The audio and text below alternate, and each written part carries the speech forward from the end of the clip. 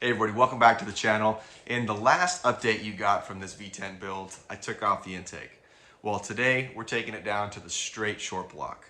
I'm gonna rip off the heads, front assembly, you name it.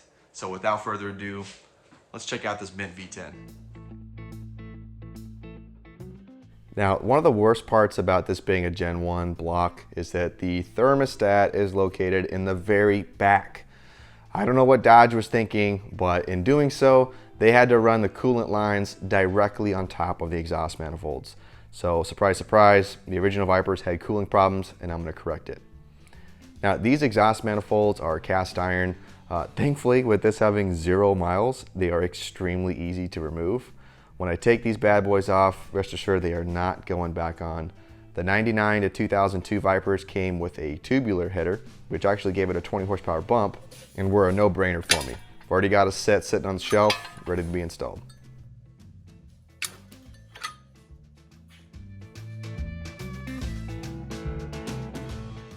This power steering pump setup has taken down its fair amount of Vipers. They're notoriously weak and they ended up causing a fire in the engine bay. The pulley is plastic, so I've got a billet one I'm gonna swap it out with, and the bracket that holds it to the head is also pretty weak, so I'm gonna have to make one of those.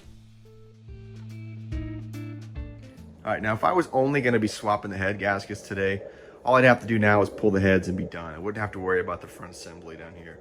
But I'm also putting in that 708R cam, so everything has gotta come off. Before I touch the heads, it is extremely important that I put it in top dead center first. Reason being is these sleeves can slide, they're not set in place. So if I pull the heads off and then rotate the assembly, especially an engine with 0 miles, I'm gonna have issues with those sleeves moving. And I don't wanna deal with that. That is a nightmare. So I'm gonna do my due diligence, put it at TDC, and then rip it up.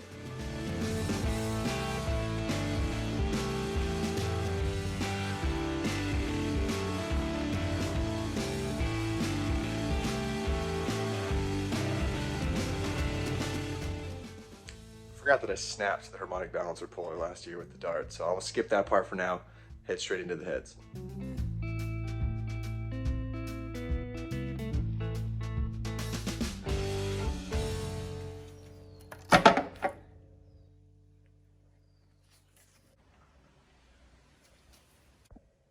All right, now normally I would carefully remove all the rocker arms and the push rods and keep them together, but I'm throwing all of these away essentially. These are 1:5 ratio rocker arms.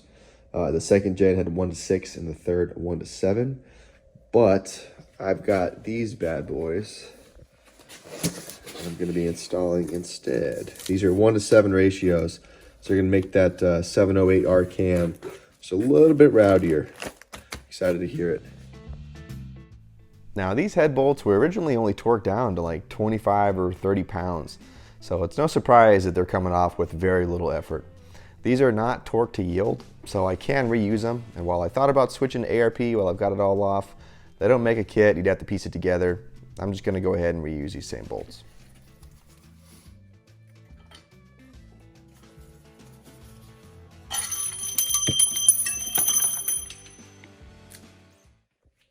All right, here is the infamous head gasket on these Gen 1s.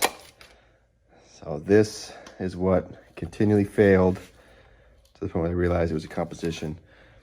Even if the Viper's got like 7,000 miles, 10,000, it doesn't matter. These gaskets have notorious for leaking and they cause a lot of damage to the aluminum block and head when they do. This is what they're gonna be replaced with.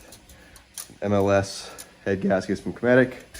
These compressed will be about 0.27, so basically 27 thousandths.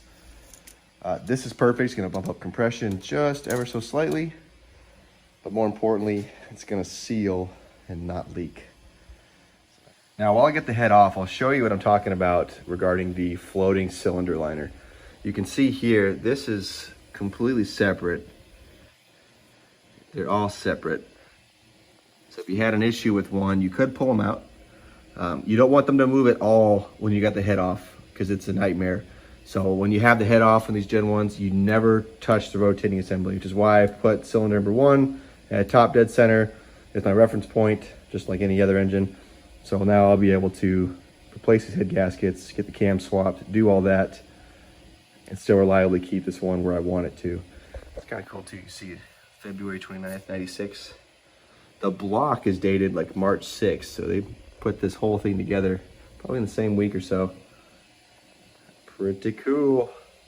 I'm pretty excited to get this thing together. I'm not going to be able to do that tonight because I need to order some 7.5-inch push rods for those 1/7 rocker arms.